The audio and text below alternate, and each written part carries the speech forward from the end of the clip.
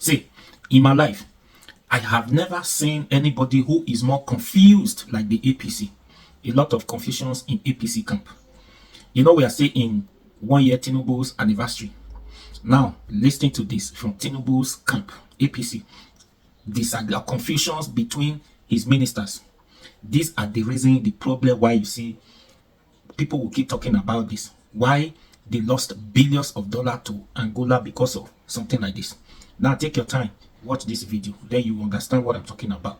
If you are looking for the truth, if the truth must be told, listening to this Tinubu's 1 year assessment in office, then I ask yourself, I want APC members to come and explain to us, to me, how they plan to get out of this mess they have caused to this problem. Everything, 200% increase, 100% increase. Let them come and explain to us how they plan to take Nigeria out of this mess, because this is serious.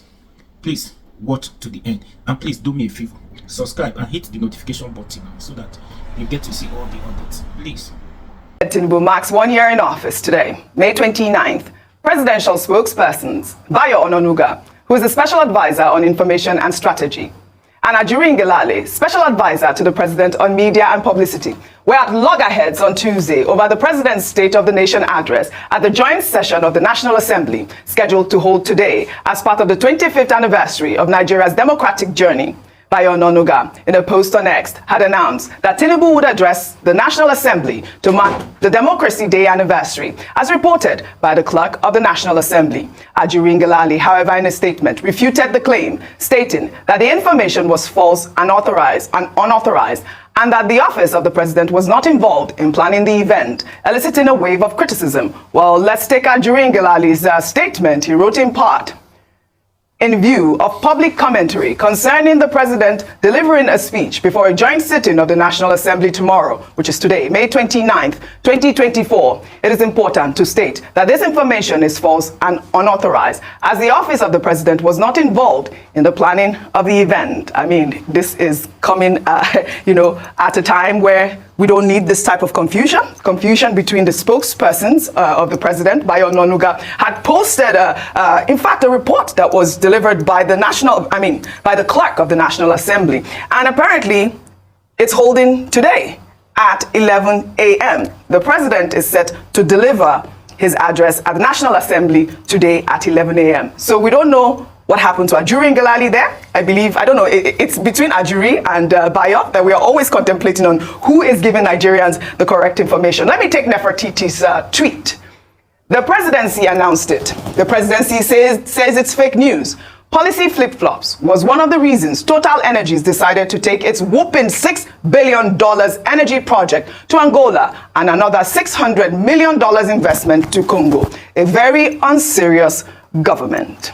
Rufai, your thoughts before I take this one. So I think what happened between Bayo Ononuga and Ajuri Ngelale is reflective of the confusion that has surrounded the first year anniversary of President Tinubu. It is same in this government. We had an announcement about the Maersk deal. It is same in this government that we had Dubai is back. Bayo Ononuga's faux pas. Yeah, it's then what's it called? We had Dubai is back and all of that. That was Ajuri Ngelale. Also Ajuri Ngelale's faux pas. And Ajuri also did another one. You remember when Ajuri said that Tinubu was the first president to go to NASDAQ and ring that was Ajuri Ngelale. So that was Ajuri. So this bunch of guys have been giving out false information. They're the purveyors of fake news from the presidency, and that's reflective, and it speaks volumes. I know Dr. Bazi will talk about the internal workings, and he will tell you the story of how, this will never happen in my time. I mean, I can predict what he's going to say. But a couple of things.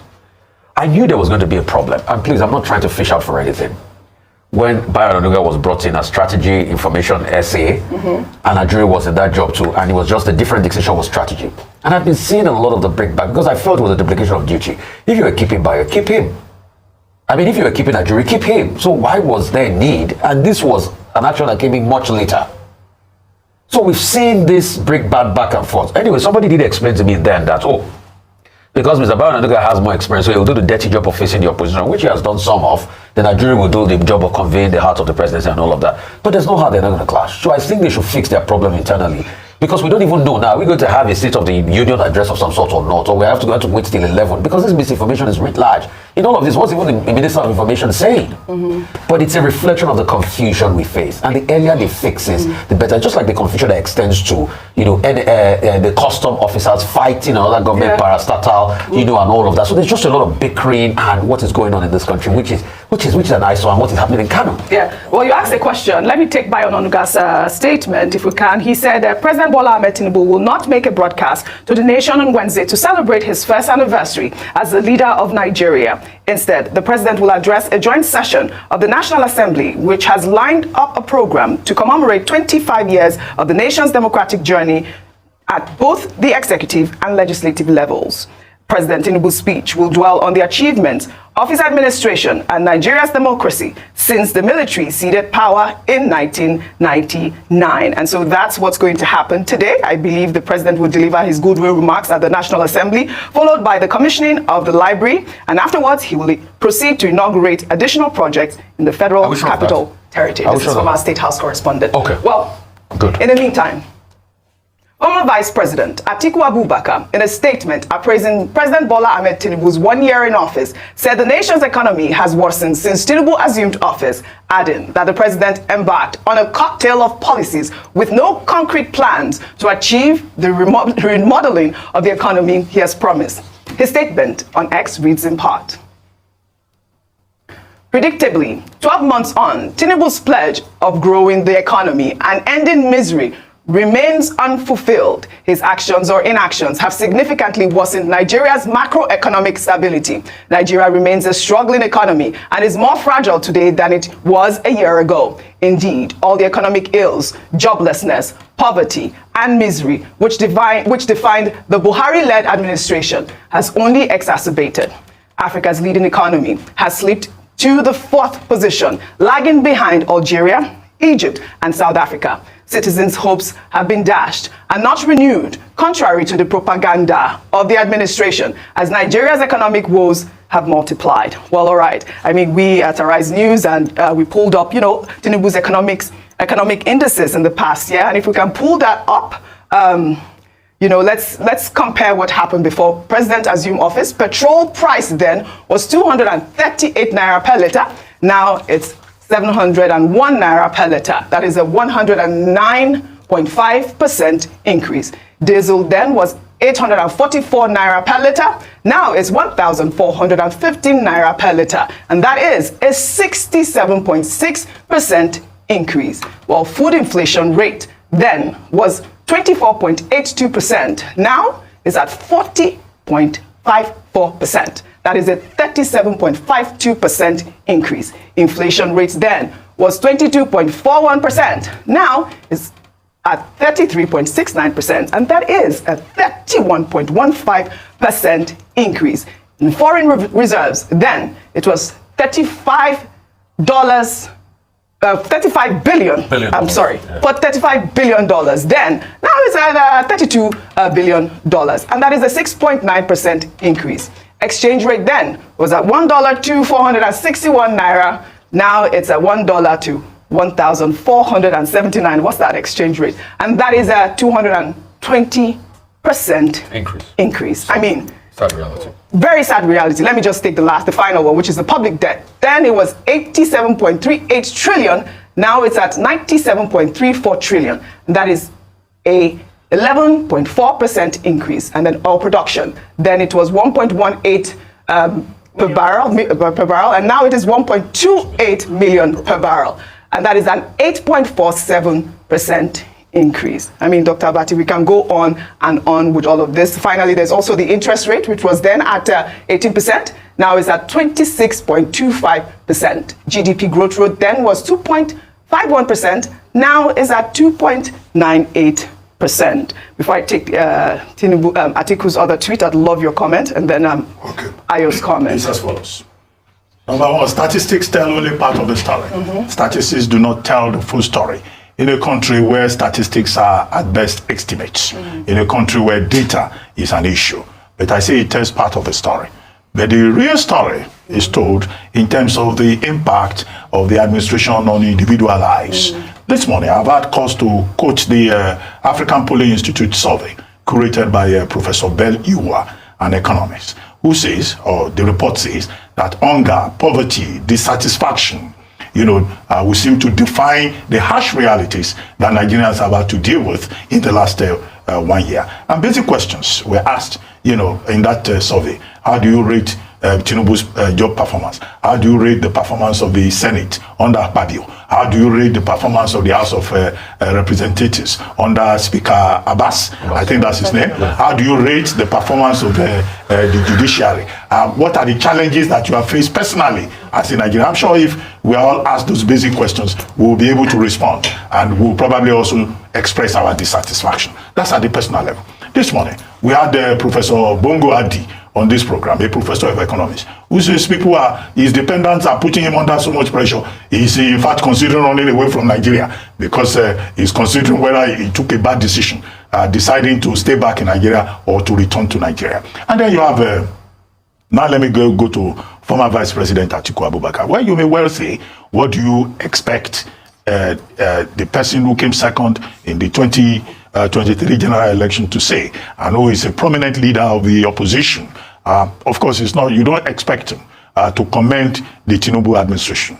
You can only, say, however, that what Waziri Adamawa Atiku Abubakar is saying will seem to reflect the feelings of the people who took part in the survey that I quoted, of the professor who was here, of the pastor that decided to leave Nigeria and relocate abroad, and similar other people who in the last 1 year have had to migrate away from Nigeria when they could not get the hope. However, to balance it out, Felix Moka, spokesperson of the APC, has responded to Atiku Abubakar. He says that Waziri Adamawa is befogged with envy, and for him to say that Tinubu's government is doing trial and error, that he is wrong and all of that. However, the true assessment will lie with the Nigerian people. How have you fared under Tinubu in the last 1 year? Is your life better 1 year ago or worse off today?